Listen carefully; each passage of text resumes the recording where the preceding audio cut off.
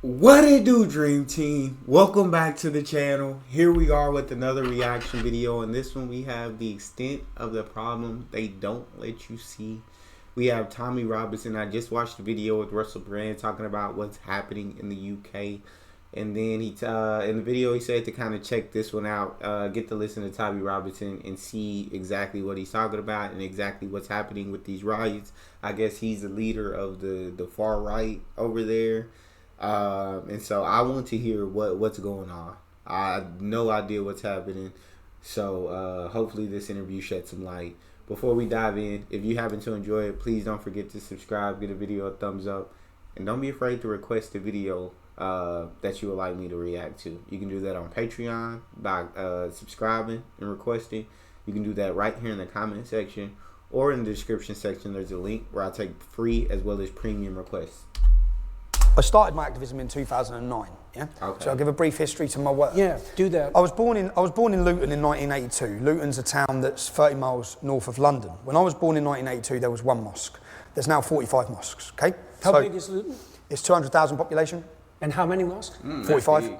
Okay. 45. Luton was named by the CIA as the epicenter for terrorist activities across Europe. The fertilizer bomb plot was planned in Luton. The 7/7 attacks, they got their bombs in Luton. The Stockholm bomber was radicalized in Luton. Terrorist attack after terrorist attack has orchestrated and come from Luton. Now, growing up in Luton, as I said, when I was born, I've seen all of this. Yeah, Al-Mujahideen, you know, Omar Bakri, Abu Hamza, the two, their head office. They used to have an organisation called Al-Mujahideen, who were not they're now a prescribed terrorist organisation, but they never were. Their head office was in Biscuit Mill in my hometown. So growing up, I had a very life lesson of the influence of Islamist ideology and what it can do to freedom. Yeah? Also the grooming gangs, which is something we'll get onto. So my cousin was a victim at 14. She was hooked on heroin and raped. She woke up being raped by gangs of bearded men in the Muslim community. She run naked through the streets. Now what the police done at the time is nothing. Yeah. So I grew up watching. How old were you when that happened? That's truly, for that to happen to anyone is truly heartbreaking, and I would never wish that upon anyone, no matter what. It's disgusting behavior. I hate it with every part of my being. I hate that anyone would ever have to go through anything like that. We'll let him continue though. I would have been 13, so she was 14. So as all this is happening, and just so people get, Luton is one of the most diverse towns in Great Britain, one of the most diverse towns in Europe, yeah? So white English are a minority, okay? Most of the people I love are not white, because I've been brought up in this community, yeah? So as I've been brought up, in our school playground, when I went to school, you had the Muslim playground and the non-Muslim playground. So I had a very quick learning. And then when you go into the school... Why were they segregated? Well, they segregated themselves. The Muslims did not integrate or assimilate. So when you go into the school dinner table, just so people can picture it, you'll have whites sitting with blacks, sitting with Indians, sitting with Sikhs, sitting with Hindus, all sitting together. And in the corner, there'll be 10 tables of Muslims. Yeah. Now, I never understood it as a child. Okay. It was from when I went to high school, I just knew the Pakistanis are very different. Yeah. They're quite hostile. If you mess with one, you've declared war with the whole tribe. Yeah, there's not a fair fight. There's never a one-on-one fight. It's all gang-related, and I learned. So I just grew up learning it. But that's not to say, because some of the best people I met in my hometown were Muslim lads. Yeah, some of the people I loved were Muslim lads. But per se, there was a real problem here, and I grew up watching it, learning it. And Al-Mujahideen, my first activism was in 2004. What was I then? 20.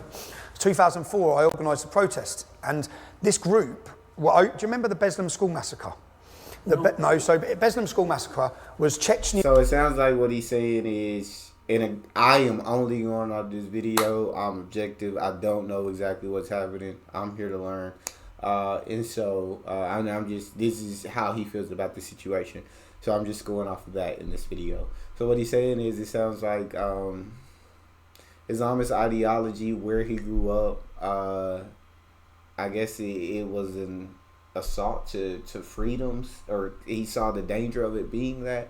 And growing up, the Muslims kind of always separated themselves from everybody else, and he grew up in one of the most diverse towns in Europe. where you got blacks, whites, Sikhs, Christians, like everybody all together. You know, it's just a table of diversity. But then the Muslims always kind of stood apart from everybody. They wanted to keep to themselves, and when you mess with one of them, you mess with all of them. They were kind of, I guess, gang mentality. And he's saying he's trying to say that he's not talking about all Muslims, because some of the best lads he's ever met are Muslims. And so I think no matter what group of people that you're talking about, you're going to have bad people in every group of people, whether you break them down by race, whether you break them down by nationality. No matter how you break them down and put them into groups, they're going to be bad people inside each group, unfortunately. And hate that bad people exist in the world, and that's awfully terrible. So that's kind of what I've heard from him so far. So let's continue. Oh, do you remember the Beslan school massacre? So Beslan school massacre was Chechnyan terrorists had took control of a school, and this is coming again. Yeah, this is going to happen to a Jewish school, I guarantee you. Mm-hmm.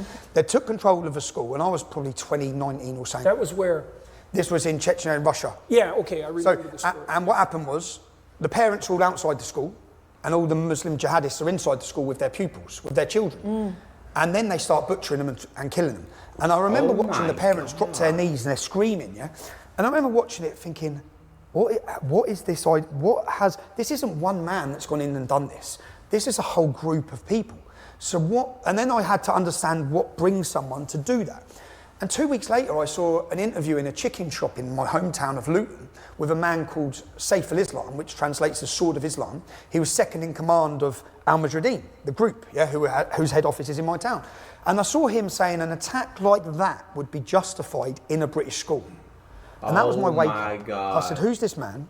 And I looked him up. Who's his group? And I looked up who they were. And then I looked up Omar Bakri. And then I started understanding their ideology and trying to work out. And then for me, these are a danger. Yeah. So then I organised and I looked, and they used to have a stall set up. So we have a Don Miller's Bakery, a famous, it's like your Tim Hortons, yeah? We have a bakery chain in Luton Town Centre. And every Saturday, this terrorist group are there, openly promoting hatred. Yeah, just openly sending people to fight for the Taliban, recruiting people. So the Stockholm bomber, who was an Iraqi Muslim who come to university in Luton, was a nice young man till he come to Luton. Yeah? Then when you're vulnerable, at your most vulnerability, away from home for the first time, in university, they pounce. And that's typical cult behaviour. This is so they pounce. Yeah. And they got him, and then he went and blew himself up, yeah? So these groups have been operating. So I organised a protest called Ban the Luton Taliban, yeah? And I actually, I gave a presentation at Oxford University. When was that? That was 2004. Mm-hmm. So I gave a presentation at Oxford University because I made leaflets. And if you dig up the leaflet, which I'd done for my Oxford University presentation in 2004, my rhetoric has never changed, okay? Mm-hmm. So the leaflet was put as front page of our local newspaper. And what I said is, whites and blacks are being religiously and racially targeted in this town, yeah? No one's doing anything about it. There's a total two-tier policing operation in this town where they get away with what they want. The Islamic community get away with what they want. The police do not know how to deal with these problems. Wow. I went on to say that they use drugs as a weapon against our community to get our children into paedophilic practices, which is what's now known as grooming. Now, when I made this, and I was a young man, yeah, and I organised it with my friends. We go to football together. Luton's one of the most. It was voted the roughest town in Great Britain. Yeah, it's a rough place. But what makes it rough? They were hat makers. We were hat makers. What made you rough? That's all that mercury. Said they were hat makers. What made you rough? I think in what he's saying, I understand exactly what he's saying, and he's not talking about like all Muslims are dangerous or anything. He's just talking about this certain group. It sounds like that groom gangs, I guess, that pounce on them while they're in university and they're at their most vulnerable. They pounce on them then, and they teach them, I guess, these evil things, and they're dangerous. They can become dangerous, and he's saying blacks and whites are being racially targeted. He's saying they're using drugs as a weapon and everything. In saying this, I feel like I understand how he's feeling, but at the same time, I also think it's dangerous from the sense of, like he said earlier, there are a lot of great Muslims out there, but everybody who thinks like Islamist ideology is like awful, is terrible. All the great Muslims out there that, right, I feel like they could also become targets of attacks. All the innocents could also become targets of attacks. And so but I also understand why he's saying it, because at the same time he's seeing all this happen with his own eyes. He's growing up, he's seeing this, he's seeing the police aren't doing anything about it. He's like, somebody's got to stand up, somebody's got to say something. Like, this can't keep happening. If we all stay quiet, it will continue. So at the one time, you see both sides of. I feel like, yeah, he's gonna be the one to stand up. He's gonna draw a line. But at the same time, this is also dangerous to a lot of innocent people, because I feel like people will take what he's saying and like twist it and make it seem like all Muslims are bad or all Muslims are perverse, and start targeting them all and wanting to get them all out of the country. And so that's what I would fear. But like I said, it's like if what he's saying is true, something's got to change. So it's like, it sucks. That's the history. Oh, of Luton. maybe, yeah. Luton's it's a poverty-stricken town with a lot of problems, regardless of Islam. Luton has a lot of problems. It's a rough environment. The levels of violence are as high as anywhere in the UK. What you grow up thinking is normal actually isn't normal. You grow up with a level of violence in your school, on your streets, or the way to solve things is through violence, and it's a poor town. Yeah. So I organised this group. About 200 of us turned up, Englishmen, and for the first time it worked. The terrorist group weren't there. Yeah? The jihadists weren't there that day because we were coming. Yeah? And the police locked it down. But what happened from that point? The police. Tell me what they did. No, the police on this day. The police turned up. We went to Don Miller's. The group weren't there. We then held a little protest at our council building, saying we need to get rid of these terrorists. Yeah, this was before 7/7. This is before any terrorist attacks in Great Britain. This was the terrorist attacks we've seen, so 60% of the Muslims in Great British prison, in Great Britain's jails, are ex-members of this group in Luton. Yeah. Wow. So, okay. So you actually put your finger on them. I put my finger on them, and I named in the Muslims in leaflet. jail. What I named in the leaflet was the link between the street drug gangs we have a gang called the Gambinos. They're not very original. They're a Pakistani group, but they've called themselves the Gambinos.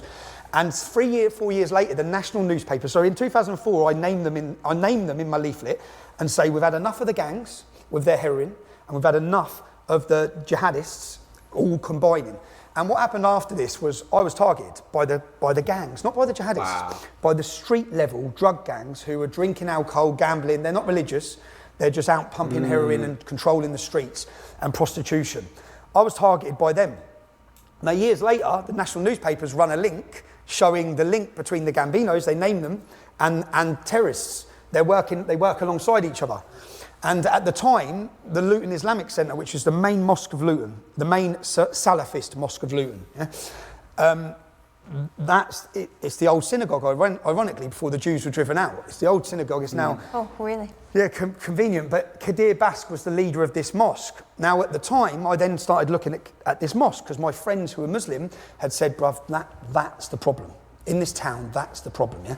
So I went on their website and I translated their website, and I found a 7-page justification for women to be lashed for adultery, yeah? I found justification for killing for apostates. This is on the main mosque, yeah? Yeah, so whatever mosque this is, definitely. If this is what it said on their website, that's sickening. That's truly, truly disturbing. And yeah, the mosque should absolutely be disbanded. If he translated, this is what it said. Translated it all, and then basically I faced a backlash from the Pakistani gangs, and I had problems then. But at this time, I'm being honest, I was part of a Luton football scene. So I used to go football with my friends. The Saturday would be the day that all the English lads would come together for Luton Town Football Club. It was a cultural thing, I guess. I've never claimed to be an angel either. So I was part of a football scene. So we clashed then with the drug gangs, the Muslim drug gangs. And 5 years goes past. By this point, Do you think you did something wrong there?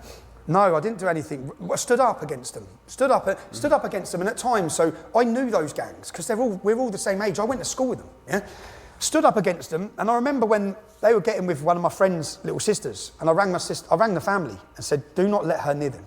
I'm telling you, yeah. At the time, don't let her near them. I know what's going to happen." And then I had all the gangs having problems with me then, saying, "What's going on?" Because I knew them. Yeah, what's going on?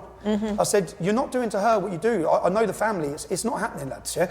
The amount of girls I know who lives have been destroyed through these prostitution drug gangs, and they start off nice with the girls. They get them in. They treat them well. They give them money. These are 13-year-old children. Yeah. They give them drink. They give them alcohol. They'll drive them around in their sports cars. Gradually, bang, they're gone. The girl's gone, yeah? The girl's gone. And as I said, when the family... Was that when you became aware of grooming? Yeah, I became aware because my cousin and all the other girls I went to school with. But at the time, we viewed them. So at school, the English kids, we just viewed the girls ourselves. We viewed them wrong. We viewed them as slags because they're off with all the Pakistani men, the older men. Right. We were viewing them as children, just looking, saying what they're doing with all the taxi drivers and what they're going out with all the older Pakistani men.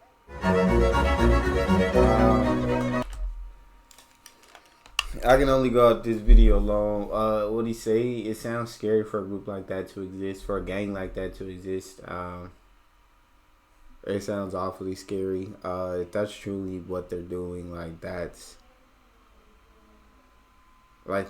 there has to be action taken against that. Again, I don't know about the situation. I don't have enough details, and I've only heard this side. I'm sure there's another side to the story, as there always is. But this is the side that I've heard so far. And based off this video alone, and all the information I have from this video, it just sounds absolutely awful. So, well, if y'all want me to continue to react into this content and figuring out what's going on, then drop some videos, like I said, on Patreon, or the link in the description section, or right here in the comment section, and I'll try to check them out and learn more. But that's all we have for this video. If you enjoyed that, make sure you subscribe, give the video a thumbs up, and then check out this one next. See you guys next time.